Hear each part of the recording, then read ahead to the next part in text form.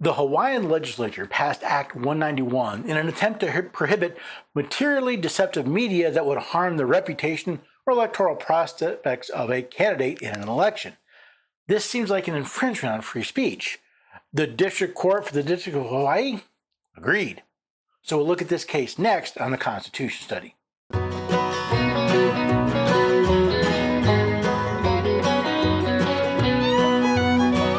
Neighbors and have a few good friends. Every day we're everyday Americans. Oh, every day we're everyday Americans.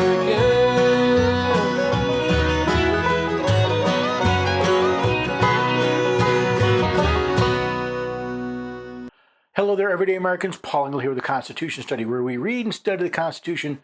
Teach your right to generation be free. Glad you could join me today. Yes, this is 2 weeks in a row looking at Hawaii. There must be something in the water. Now, there's a lot I'm going to cover here, and this legislation probably is not as bad as you may first think. At least it's not as bad as I first thought, but it still has some serious problems. Of course, the district court dealt with that, and that's what we're going to dive into, is this opinion from this district court. Now, if you want to follow along, if you want to check my sources, head to the website, constitutionstudy.com. You can find the article. All my sources have links to where you can find them and double check my work. We'll talk more about the website and ways you can support the work that we're doing at the end of the program. But for now, let's get into this Hawaiian case about freedom of speech.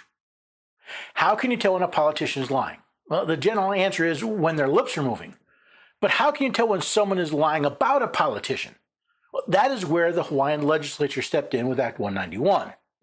To thwart the use of deepfake and generative artificial intelligence, AI technologies, to influence state elections, Hawaii passed Act 191. Act 191 aims to regulate the distribution of election-based content that is materially deceptive. This, of course, raises some serious red flags for anyone who is constitutionally literate. The first concern should be, what is materially deceptive? Act 191 defines materially deceptive media as digitally created advertisements in the form of video, image, or audio that depict an individual engaged in speech or conduct in which the depicted individual did not in fact engage and would cause a reasonable viewer or listener to believe that the depicted individual engaged in the speech or conduct depicted. I'll dig into the question of advertisements and reasonableness later, but I think this gives us a good idea of what the Hawaiian legislature had in mind. Imagine you decide to run for office on an anti-drug platform, only to have someone create an image of you smoking a joint and sniffing cocaine with a needle in your arm. That could easily lead someone to believe that you participated in drug use, even if you never had. And of course, there are exceptions to this law. The statute includes exceptions for broadcasters and certain service providers and provides a safe harbor provision for material and deceptive material that includes a disclaimer that meets certain content and formatting specifications enumerated in the statute. And here's where I think Hawaii's argument begins to fall apart. The law states that if you were to publish a fake photo or video about your opponent, you'd be in trouble. But if a broadcaster or some service provider were to publish a fake video about you, that's fine. The Babylon Bee and Don O'Brien filed a suit against Hawaii Attorney General and Lopez and others. Plaintiffs, the Babylon Bee LLC, and Don O'Brien, collectively known as the plaintiffs, are parodists and humorists who create and post digital content about politics on various internet platforms and social media websites. Plaintiffs' content contains admittedly false and hyperbolic information. Plaintiffs maintain that their content constitutes protected political speech and, with respect to the Bee, reflects a long-standing tradition of using satire and parody to speak the truth, expose bad ideas, and encourage societal change. Both the plaintiffs and the state defendants filed cross motions for summary judgment. Let's look at how the court analyzed these motions. The first question the court dealt with was the state's challenge to the defendant's standing. Article 3 requires a plaintiff to have suffered an injury in fact by the defendant's conduct that can be redressed by a favorable result. This is from Planned Parenthood Greater Northwest versus Labrador. Except Article 3 of the United States Constitution says no such thing. Section 2 reads, "The judicial power shall extend to all cases in law and equity arising under this Constitution, the laws of the United States, and treaties made or which shall be made under their authority." Notice, Judge Shanlin Park, who heard the case, didn't point to the Constitution. Rather, she pointed to a Ninth Circuit case which made this claim by quoting another Ninth Circuit case, referring to yet a third case, this one from the Supreme Court.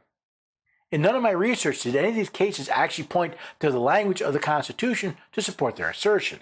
The court, however, did find that plaintiffs have standing, in large part because of a credible threat of enforcement. Based on the foregoing, the court concludes that plaintiffs have deduced enough evidence to show there is a realistic threat that Act 191 may be enforced against them. Now, both the Babylon Bee and Ms. O'Brien claim that this law violated the First Amendment of the Constitution. Plaintiffs bring a facial attack against Act 191, arguing that the statute is unconstitutional because it restricts protected political speech and in doing so discriminates based on content, viewpoint, and speaker, and it compels speech. In response, the defendants maintain that Act 191 is non-viewpoint discriminatory because it does not target views taken by speakers, but they concede that Act 191 at most regulates speech based on its subject matter, i.e. the content about a candidate and ballot issues, and includes speaker-based distinction.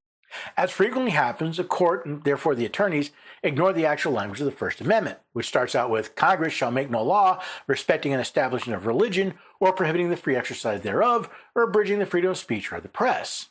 Once again, the court follows fictitious statements about the Constitution because previous courts found it advantageous.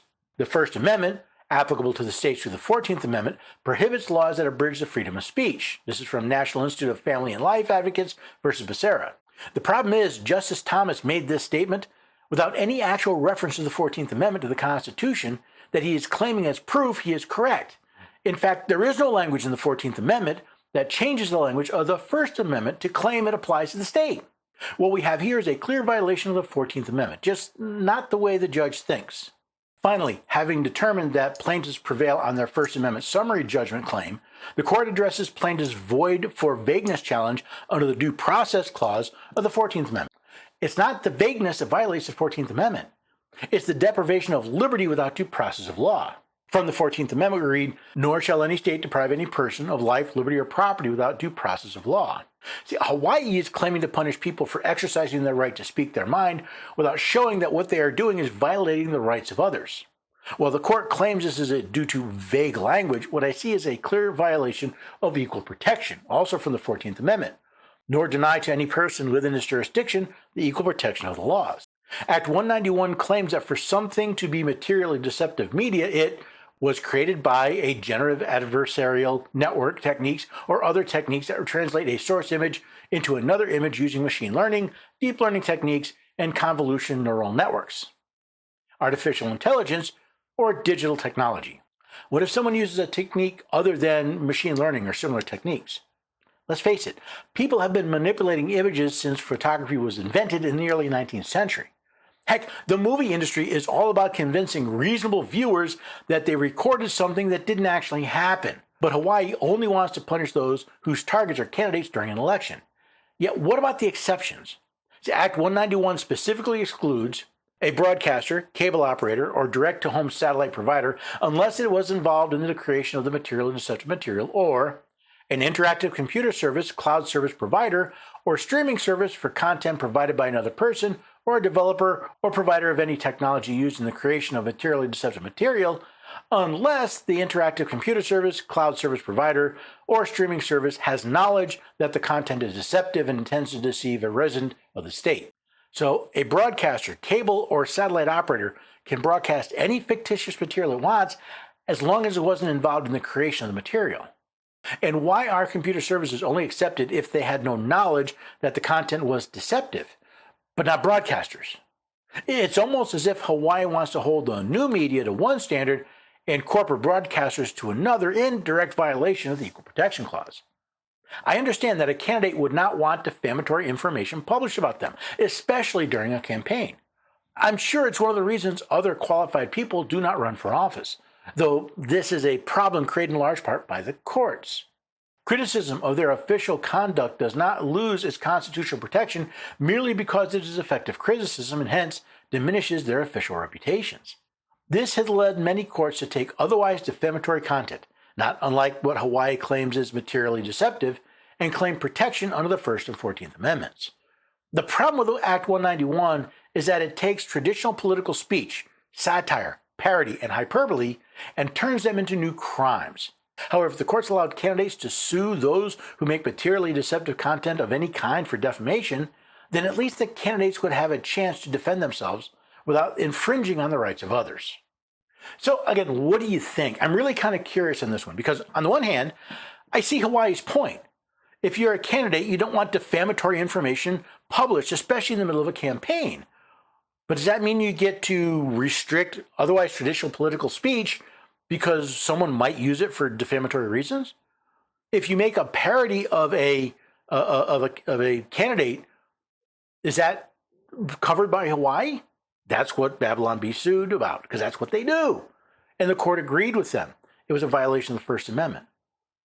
But since, like any other right, it ends when it infringes on the right of another, if we actually enforce defamation laws against people who were defaming others, well, then maybe we'd have less of an issue here. We wouldn't need Hawaii's Act 191. At least that's my opinion. I'm curious what you think. Head to the website, constitutionstudy.com, and comment on this article. I'd love to know what you think about it. I'd love to see if you have another idea of how we could deal with these defamations, these fake opposition research without infringing on the rights of others. While you're at it, hey, maybe you can sign up for a mailing list, get my news list, or the whenever I publish new content. It's all available there on the website, constitutionstudy.com. Of course, you can always support us by going to the store, buying a book or a shirt, or just donating to the cause. You can also support us with your cell phone. Patriot Mobile is America's only Christian conservative wireless provider. You can use your cell phone to support organizations like the Constitution Study that are defending your rights. By the way, if you're a first responder, a veteran, or just a family with multiple lines, you can get a discount as well. Just go to patriotmobile.com/constitution, find a plan that works for you, and then see what discounts you're eligible for. And when you check out, use the code Constitution. It'll get your new line activated absolutely free. So support the Constitution, support your rights with your cell phone, simply by going to patriotmobile.com/constitution, finding a plan that works for you. And don't forget, use that code Constitution at checkout to get your new line activated absolutely free. Of course, I also hope you'll share this content. Hey, bring friends and family maybe next time we get together for the Constitution Study.